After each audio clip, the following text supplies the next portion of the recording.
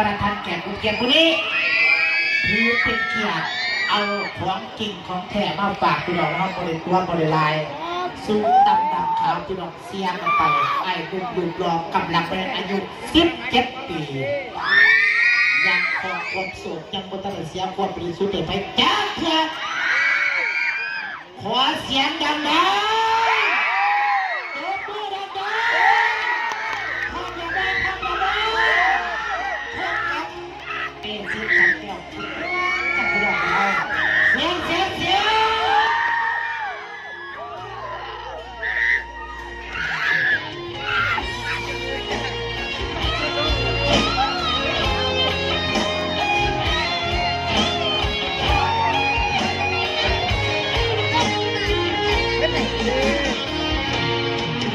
ตั้งแต่มือเขาอยู่ด้วยกัน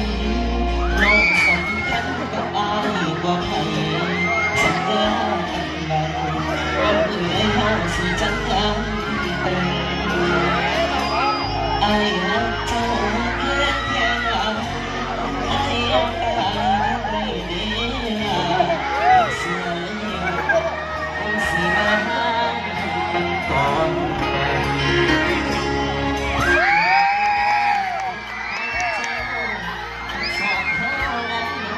อ่อนไหวจูน้ำอายน้องนั้นอยากอายหาไปกินอยู่กันข้าเกือบปีอายบอกเคยแค่ใจเจ้าวันที่วันเสาร์เจ้าอยากไปใส่อายตามใจ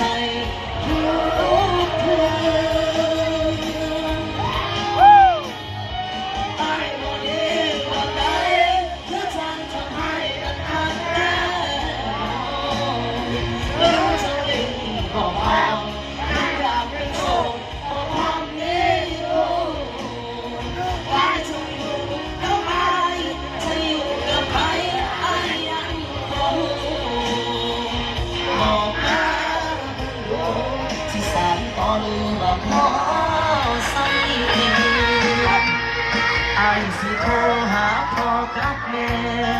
มาใส่แก่กับสิ่งที่เป็นอยู่ว่าเฮาเป็นเรื่องกูไอ้บอกใจเจ้าต่อความรักมันบางครั้งพอได้เป็นฝืนไปเฮาสิมีสุขก่อนหากว่าเจ้าอยากเห็นบอกออกก็ซึ้งต่อสาเอาเสียงที่ใส่เสียงสุดยอด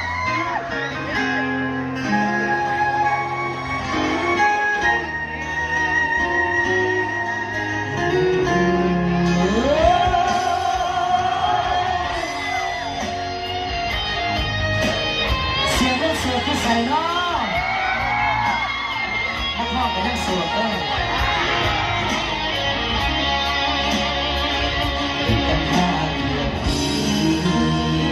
อายบอกเคยขัดใจเจ้าถ้าถึงวันเสาร์เจ้าอยากไปใส่อายตามใจทุกเพื่อเอาซอยกันอายบอกดี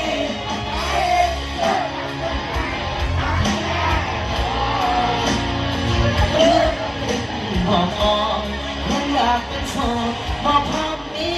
กูกายเจ้าอยู่กับไม้ใจอยู่กับไม้อายยังบอกมาที่สานต่อเลยว่าขอสักทีอายสิโทรหาพ่อกับแม่มาใส่แก่กับสิ่งที่เป็นอยู่หากว่าเขาบ่แม่นเรื่องกูอายบ่ฝืนใจเจ้าต่อความรักมันบังคับบ่ได้เป็นฝืนไปเฮาสิมีสุขอ่อนหากว่าเจ้ายังเล่นบ่พอก็ซึ้งต่อสาพร้อมด้วยสัญญาพร้อมยกเลิก